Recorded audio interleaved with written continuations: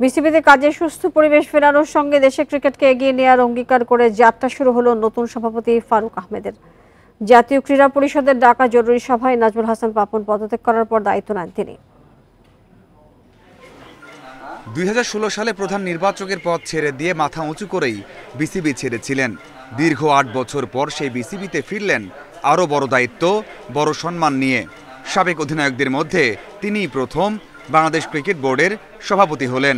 যাদের জন্য হতে পেরেছেন সেই শহীদ ছাত্রদের শুরুতেই স্মরণ করেছেন শ্রদ্ধা ভরে। থ্যাঙ্কস টু অলমাইটি আল্লাহ, যে মনে করে সব তো সম্মান দেয়া নেয়া সব কিছু তার, সকল প্রশংসা তার। তো ডেফিনেটলি এটা একটা বিরাট শুরু, দেরি করে হয়েছে, বাট এখানেই শেষ না। আমি আশা করবো এটা কন্টিনিউ করবে। গেল 12 বছর বিসিবির কার্যক্রম নিয়ে প্রশ্নের শেষ নেই। দুর্নীতির অভিযোগ আছে অনেক। পরিচালকদের মধ্যে অনেকেই ঠিক মতো কাজ করেননি। নতুন সভাপতি চান প্রক্রিয়াটাকেই বদলে ফেলতে, প্রয়োজনে গঠনতন্ত্রে পরিবর্তন আনবেন। যেই লিমিটেশনস আছে গঠনতন্ত্রে, ওইটাকে আমরা ঠিক করে যাতে আমরা ইমিডিয়েট কিছু মানে নতুন ডিরেক্টর আমরা নিতে পারি।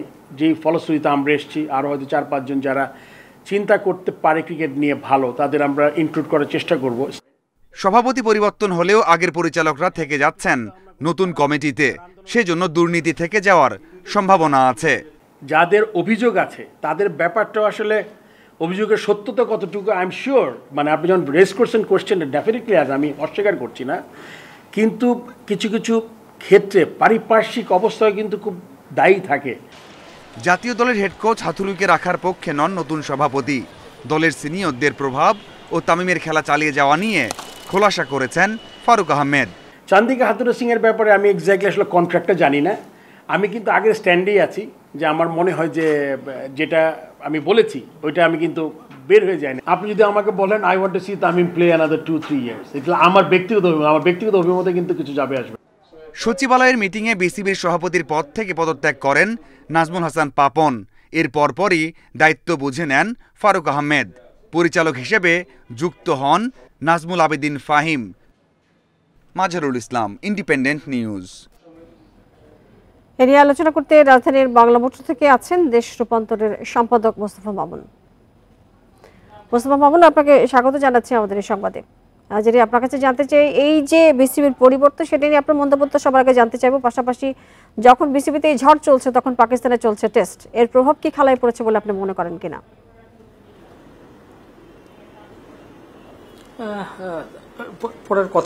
পড়ার কথা যখন খুব ন্যাচারালি টেস্ট একটা টিম যখন খেলতে থাকে তখন বাইরের বিষয়, তারা তো আউট অফ দ্য ওয়ার্ল্ড না। এবং এটা এত বড় বিষয় যে বোর্ডে কে আসছে সেটার উপর নির্ভর করবে তাদের চিন্তা, তাদের ভবিষ্যৎ, তাদের কেরিয়ার।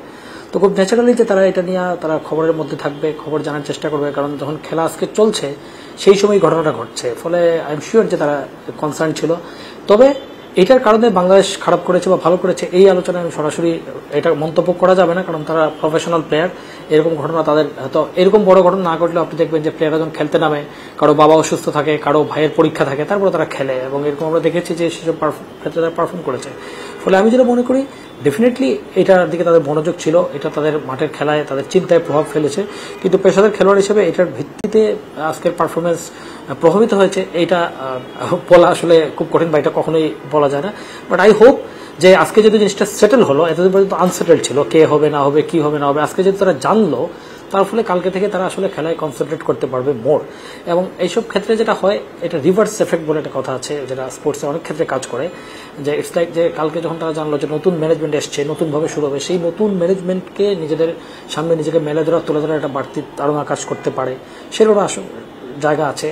এবং আবার একই সঙ্গে হাতুড়ের সঙ্গে যেহেতু বোর্ড একরকম অবস্থান, আমরা জানলামই যে হাতুড়ের সঙ্গে বিষয়ে বোর্ড নেগেটিভ, বর্তমান সভাপতি এটা আগে থেকে তার অবস্থান ছিল, সেই অবস্থান জন্য আজকে তিনি পুনর্ব্যক্ত করলেন, তার মানে হাতুড়ের সঙ্গে থাকবেন না।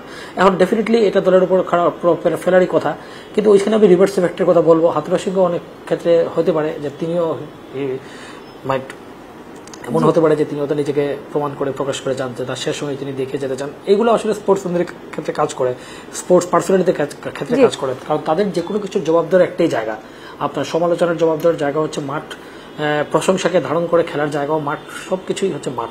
তো আমি আশা করবো তারা এইভাবেই জিনিসটা দেখবে।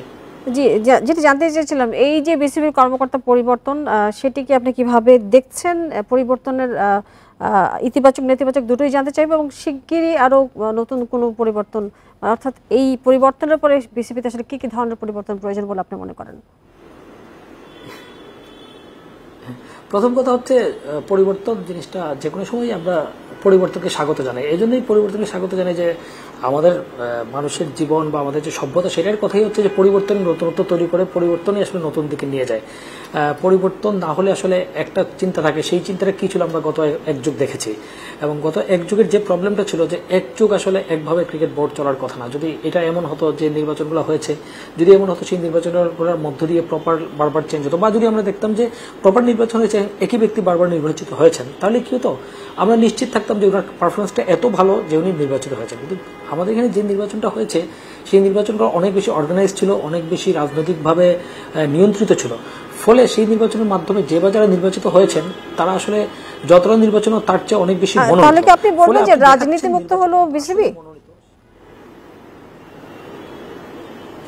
হ্যাঁ, এই মুহূর্তে আমি বলতে পারি, এই মুহূর্তে বলতে পারি।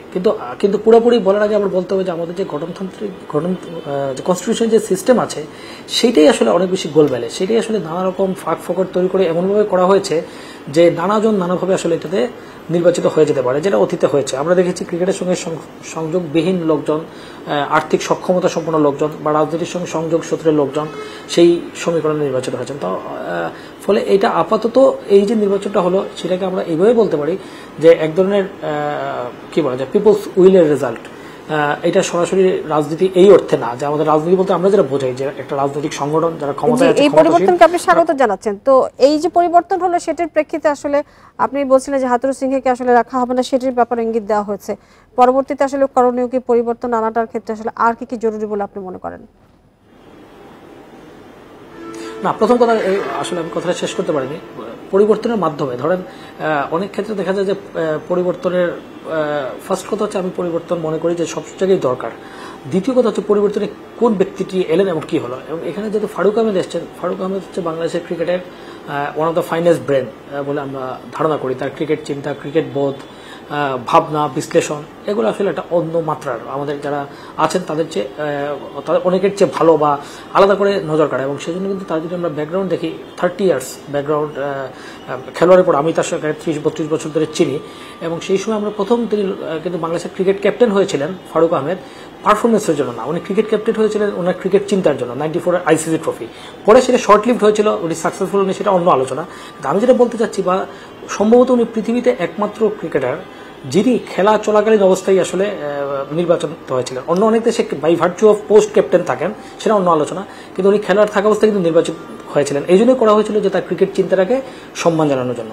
এবং উনি ফলে আমরা তাকে যেভাবে দেখি, যে প্রক্রিয়ায় উনি ক্রিকেট চিন্তা করেন, সেই চিন্তার জায়গা থেকে এরকম যে মানুষজন ক্রিকেটে আসেন। এবং আমাদের একটা জায়গা ছিল যে ক্রিকেটের লোকজন ক্রিকেটে আছেন কিনা সঠিক। তো এখন যেহেতু বাংলাদেশের এক্স ক্যাপ্টেন হলেন, যার ব্যাকগ্রাউন্ড আছে, যিনি ক্রিকেট নিয়ে চিন্তা করেন, প্রতিবাদ করেন, প্রত্যাশার জায়গাটা অনেক বেড়েছে এবং সংশোধন এবং চিন্তার জায়গাটা নিশ্চয়ই বেড়েছে। আপনাকে অনেক ধন্যবাদ আমাদের সাথে যুক্ত হয়ে বিষয়ে কথা বলবার জন্য।